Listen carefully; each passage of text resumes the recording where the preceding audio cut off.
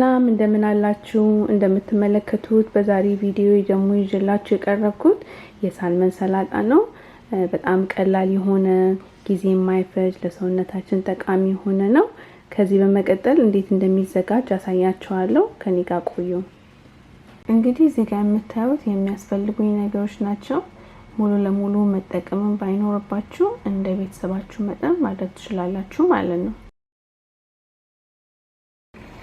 ሳልመኑን በሎሚና በአችርቱ በደንብ አድርጌ አጥቤ እርጥበት እንዳይኖረው በፔፐር ታወል በደንብ አድርጌ አድርቄዋለሁ እና ደግሞ እንደምታዩት ለሰላጣ እንዲመች አድርጌ በትናንሹ እንደዚህ አድርጌ ቆርጬዋለሁ።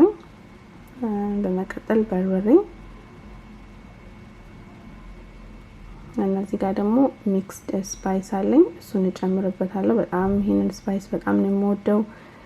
ነጭ ሽንኩርት፣ ጨው፣ ቁንዶ በርበሬ፣ ፓርስሊ፣ የፈረንጅ ቃሪያ ያለበት ለብዙ ነገር መጠቀም ትችላላችሁ። ይሄን ስፓይስ ኦሊቭ ኦይል ከዛ በእጄ በደንብ አድርጌ ሚክስ አድርገውና አንድ ለ15 ለ30 ደቂቃ ያህል ትንሽ አስቀምጠውና እጠብሰዋለሁ ማለት ነው። አሁን እዚህ ጋር መጥበስ እንጀምራለን።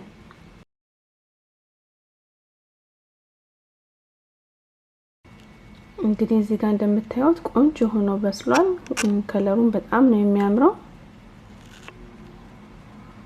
ስናወጣው ፔፐር ታወል ላይ ብናደርገው ይመረጣል፣ ዘይቱን እንዲመጣው።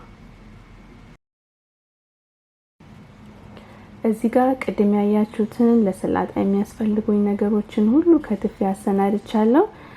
ሰላጣው ላይ አሁን ሳልመኑን አድርጌያለሁ። በመቀጠል የቀሩትን አትክልቶች አድርጌ አቀላቅላቸዋለሁ። እዚህ ጋር መናገር የሚፈልገው ነገር ቢኖር ቅድም ረስቼው ሳልነግራችሁ ብሮኮሊውን ስቲም አድርጌዋለሁ።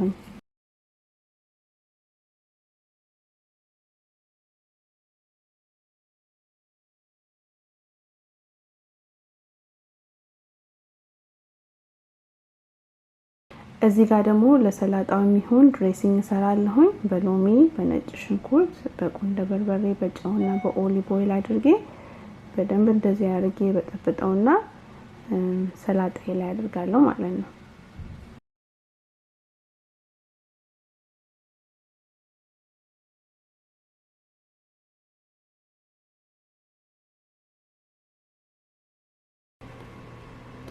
በደንብ ከቀላቀልኩት በኋላ ይሄንን ይመስላል። ብዙ ለጤናችን የሚጠቅሙ ነገሮች አሉት። በቀላሉ ልትሰሩት የምትችሉት ነገር ነው እና በጣም ነው የማመሰግነው። ለጊዜያችሁ ባላችሁበት ሰላም ሁኑ።